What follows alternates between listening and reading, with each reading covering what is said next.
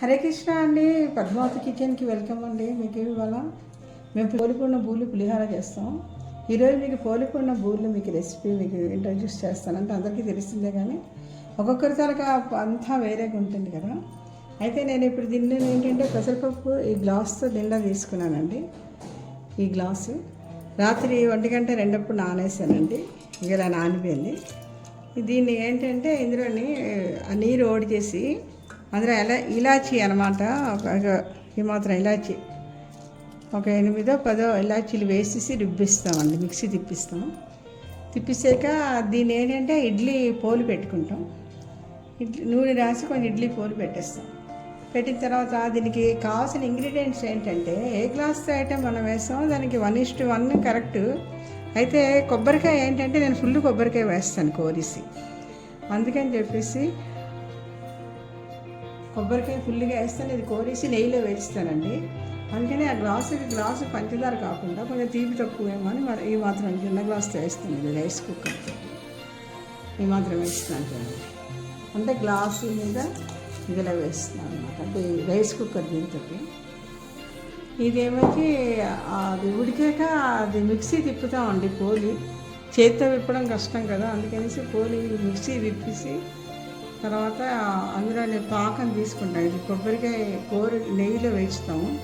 వేసాక పంచదార వేసి అందులోని కొబ్బరికాయ కొట్టగా వచ్చిన నీళ్ళు ఉన్నాయి కదా, ఆ నీళ్లు వేసి పాకం తీస్తామండి. అంటే ఉండపాకం తీస్తాం, లడ్డూది అంటే లేత పాకం, ఇది ఉండపాకం తీస్తాం. కింద ఉండపాకం తీసిన తర్వాత ఇది ఇడ్లీ పెట్టి అది చూపిస్తాను మీకు, విప్పిసి అది కూడా ఇందులో వేసి బాగా తిప్పిస్తాం. కొంచెం నెయ్యి వేసి తిప్పిసిన తర్వాత దానికి ఇంకా కావాల్సిన ఏంటంటే పైన కవర్కి ఏం చేయాలంటే అయితే ఏ గ్లాస్తో మనం వేసామో దానికి ఏంటంటే ఒక 1/2 గ్లాసుడు మినపప్పు, గ్లాసున్నర బియ్యం వేస్తారు. అయితే మీకు మెత్తగా కవర్ కావాలంటే 1 మినపప్పు అయితే 1 బియ్యం వేయచ్చు. అయితే నేనేంటంటే ఏకంగా ఈ గ్లాసుడు మినపప్పుని దీనికి 2.5 గ్లాసులు బియ్యం వేసుకున్నాను. అంటే మాకు క్రిస్పీగా ఇష్టం, అందుకని రుబ్బేసి దీనికి మనకి ఎంత బ్యాటర్ కావాలో అంతలో మనం ముంచేసి బూర్లు వేసుకున్న తర్వాత మిగతా మనం దోశలు వేసుకోవచ్చు. ఇక ఈ పప్పు ఇందులోని ఇలాచి తొక్క తీసి వేసాను. అయితే ఒక తొక్కతోటైనా మీరు ఒక 8-10 వేసాను. ఇది మిక్సీ తిప్పుకున్నప్పుడు కొంచెం వాటర్ వేయండి. ఈ మాత్రం ఇంత నీళ్ళు వేస్తే చాలు. ఒకవేళ పలచగానే ఏం పర్వాలేదు, మీకు ఈ మాత్రం నీళ్ళు వేసినా మీకు ఏమవుతుంది. ఇది రుబ్బిసి తెస్తానండి. ఇది రుబ్బిస్తే ఇలాగ ఇడ్లీ రేక్కి ఆయిల్ అప్లై చేస్తామండి.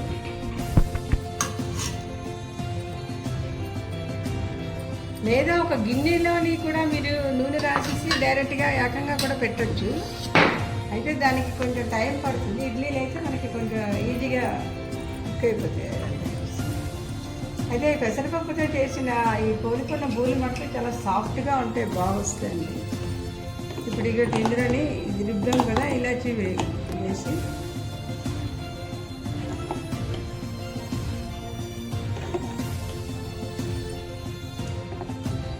నా పూలు తీయాలండి. ఇది ప్రాసెస్ ఎక్కువ, కానీ ఇవి ఏకంగా నెలలు ఉంటాయండి. మనం విసుక్కొని పారేయాలి తప్ప పాలవ వస్తుంది. నెలకి ఇంకా పైనే ఉంటాయి. అంత బాగుంటాయండి. నేను అంటే అలా చేసి చూపిస్తాను మీకు, మీరే ట్రై చేయండి.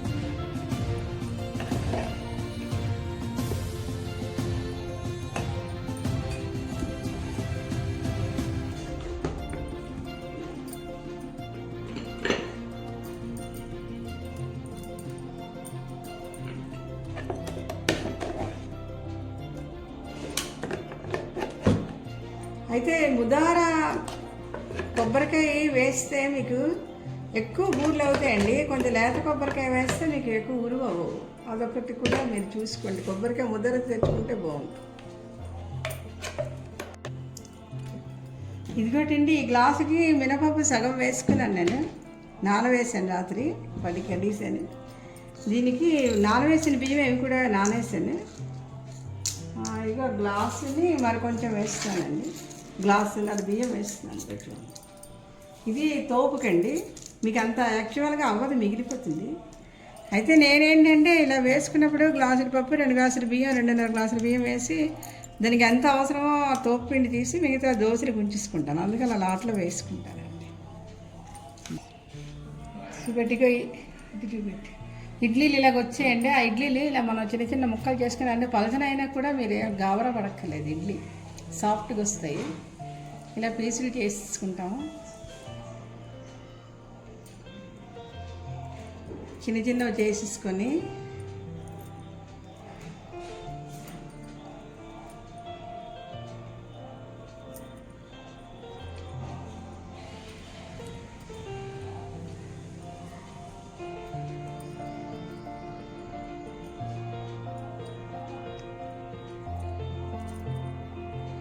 ఇందులో కొంచెం ఆయిల్ చుక్క వేస్తామండి.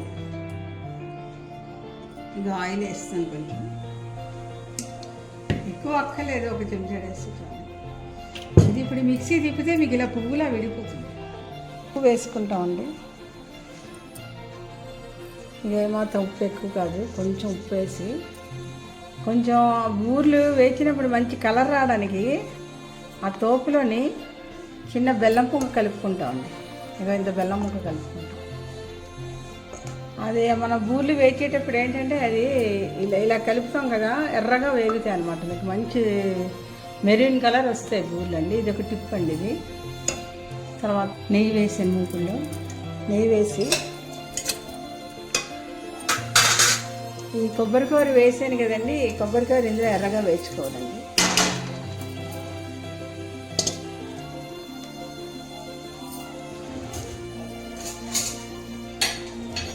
కొబ్బరికూర కలర్ మాడకుండా జాగ్రత్తగా చూసుకొని వేయించాలి.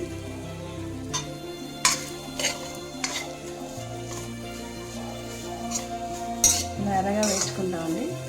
అలాగే ఇప్పుడు మిక్సీ తిప్పాను కదండి, ఇదంతా పూర్ణం. ఇంకా చూసారా ఎలాగొచ్చిందో, ఎక్కడ ఉండలు కాయలు లేకుండా వస్తుంది అన్నమాట. అర్థమైందా? ఇప్పుడు ఇందులోని ఇది వేగిన తర్వాత, ఈ కొబ్బరి వేగిన తర్వాత ఎర్రగానే మాడిపోకుండా తీసుకోండి.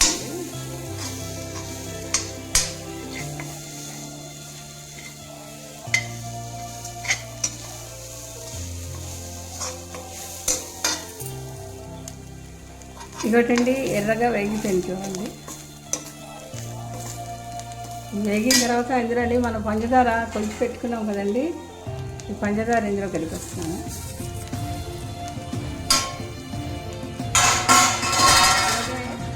ఇందులోని కొబ్బరికాయ కొట్టిన నీళ్ళు ఉన్నాయి కదండి, ఈ కొబ్బరి నీళ్ళు చూడండి వేస్తున్నాను.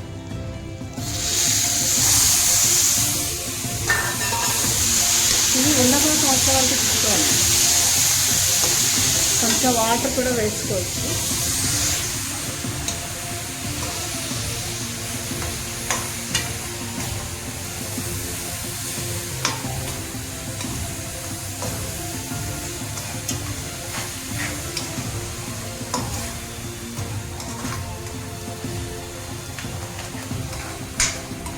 ఇది ఉన్న పాపం వచ్చే వరకు.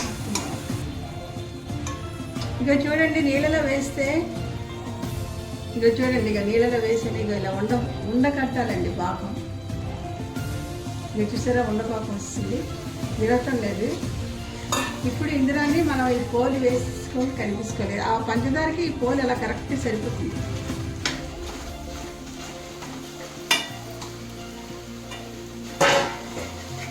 ఆ పాకం తీసేటప్పుడు జాగ్రత్త అండి, మీద తుల్లకుండా చూసుకోండి, చేతులు బొబ్బలైపోతాయి, తుల్లిపోతుంటుంది పాకం. ఆ కొబ్బరి నీళ్ళే వేసి నేను వాటర్ కూడా వేయలేదు పాకంలోని. ఆ కొబ్బరి నీళ్ళకి బాగా వస్తుందండి. అక్కడ ఉండలు కాయలు లేకుండా మొత్తం అంతా ఇలా కలిపిస్తుంది.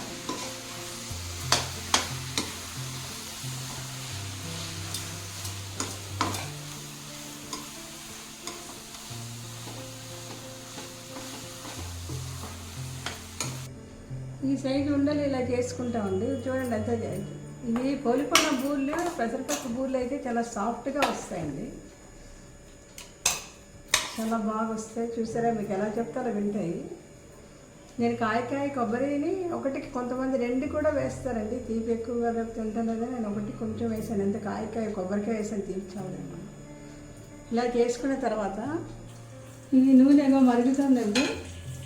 ఇప్పుడు ఇవి ఏమొచ్చి మనం ఇందులోని డిప్ చేసుకుని ఇలా డిప్ చేసుకుని వేస్తాం. ఈ కాన్సిస్టెన్సీ మరీ చిక్కగా చేస్తే పెద్ద బూరెలాగా అయితే ఇలా ఉండాలి కాన్సిస్టెన్సీ చూసుకోండి. మినపప్పు బియ్యం అయితే క్రిస్పీగా ఉంటాయి. కొంతమంది మైదా వరిపిండి వేస్తారు, కొంతమంది శనగపిండి పాలలో వేసి చేస్తారు. ఇవైతే బాగుంటాయండి. ఇవి అదే అంటే అది ఎవరిష్టం అంటే ఇవైతే చాలా బాగుంటాయి కాంబినేషన్. ఇవి ఏకంగా మీకు నెలలాళ్ళు నిలవ ఉంటాయండి. ఇంత పిసర పాడవదు, బూజు కాదు, ఏమీ రాదు. ఎందుకంటే కొబ్బరి కూర మాయిశ్చర్ లేకుండా వేసింది, నెయ్యి వేసి అలాగే ఉండపాకం తీసుకోండి. ఇలా వేగాక తిరగేయండి. కలర్ చూసారా, రెడ్ కలర్ వస్తుంది, మెరూన్ కలర్ వస్తుంది.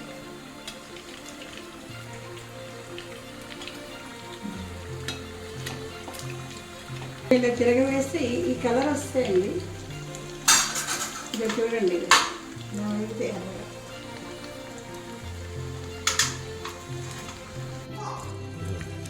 ఇవ్వడండి. పోలికున్న బూర్లు నెలలాళ్ళు నిలవ ఉంటాయండి. మీకు ఇంత పిసరు పాలము చూసారా, బెల్లం కలిపితే తోపులో ఈ కలర్ ఎర్రగా వస్తాయి, అందంగా వస్తాయి. అంతేనండి. హరే కృష్ణ.